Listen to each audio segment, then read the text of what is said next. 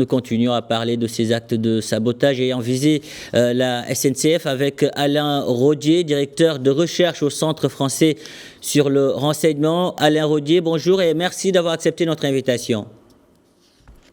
Merci, bonjour à vous. Alors, vous êtes en ce moment au cœur de Paris. Pouvez-vous nous décrire la situation sur place après ces actes de sabotage ayant visé le réseau de la SNCF à quelques heures du début de la cérémonie d'ouverture des JO? Oui, alors, c'est extrêmement difficile, mais ça a déjà été rappelé précédemment. Donc, 800 000 voyageurs seraient impactés. Donc, c'est vraiment une action coordonnée destinée à nuire à la France qui a été lancée. Pour le moment, bien sûr, l'enquête ne peut pas déterminer qui est derrière cette opération, mais il y a quelques petites choses qui sont certaines. C'est une affaire de professionnels parce qu'ils avaient les bons renseignements, ils savaient exactement où frapper. Et ensuite, il y a une coordination de cette affaire qui laisse à penser vraiment que nous avons en face de nous quelque chose d'organisé. Maintenant, on ne connaît pas à l'heure actuelle le donneur d'ordre. Et qu'en est-il de la situation d'or? La sécurité a-t-elle été renforcée? On peut circuler facilement ou pas? Non, mais la sécurité était déjà très renforcée, mais j'ai l'impression que c'était une menace qui n'avait pas été évaluée. En réalité, on pensait plus à une menace directement à Paris intramuros.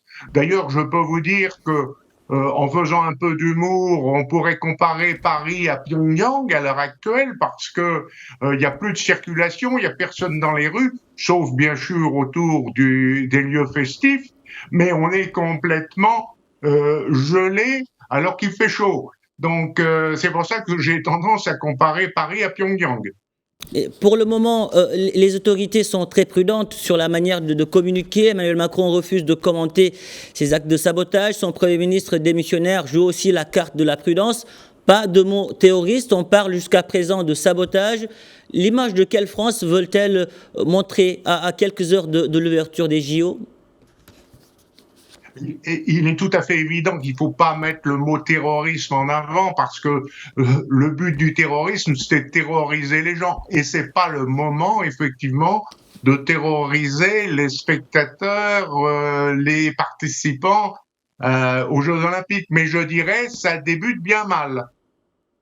Ces JO commencent dans une période marquée par de fortes tensions à la radio internationale et les menaces qui pèsent sur ces Jeux sont nombreuses et multiformes. Les services de renseignement travaillent d'arrache-pied depuis plusieurs mois pour y faire face. Que pouvez-vous nous dire sur le dispositif sécuritaire qui a été mis en place? Lui, il est maximum, il est renforcé. Il y a un dîner d'État ce soir en plein centre de Paris avec tous les responsables et différents invités du président qui sont reçus à dîner. Et je peux vous dire qu'une bulle sécuritaire est mise sur cet événement. Donc, je crois que sur le plan de la sécurité, le maximum est fait. Cela dit, c'est vrai que les menaces sont multiples et variées.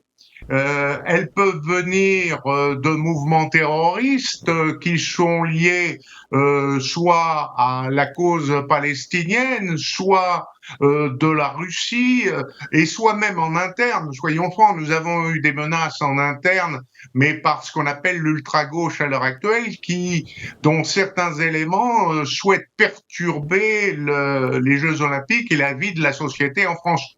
Donc, pour le moment, la menace, elle est multiple et donc on n'arrive pas à définir pour le moment quel est le donneur d'ordre, comme je disais tout à l'heure, de cette opération qui vient d'avoir lieu. Et à votre niveau, quelles sont vos attentes par rapport à ces JO? Théoriquement, ça devrait permettre à la France d'avoir un bon relationnel à l'international, mais encore faut-il que tout se passe bien. Et comme je le disais en introduction, malheureusement, les gens qui ont lancé cette opération ont déjà réussi un premier coup parce que ça porte tout de même atteinte à l'image du fonctionnement de la société française. Alain Rodier, merci pour toutes ces précisions, merci d'avoir répondu à nos questions. C'est moi qui vous remercie. Bonne journée.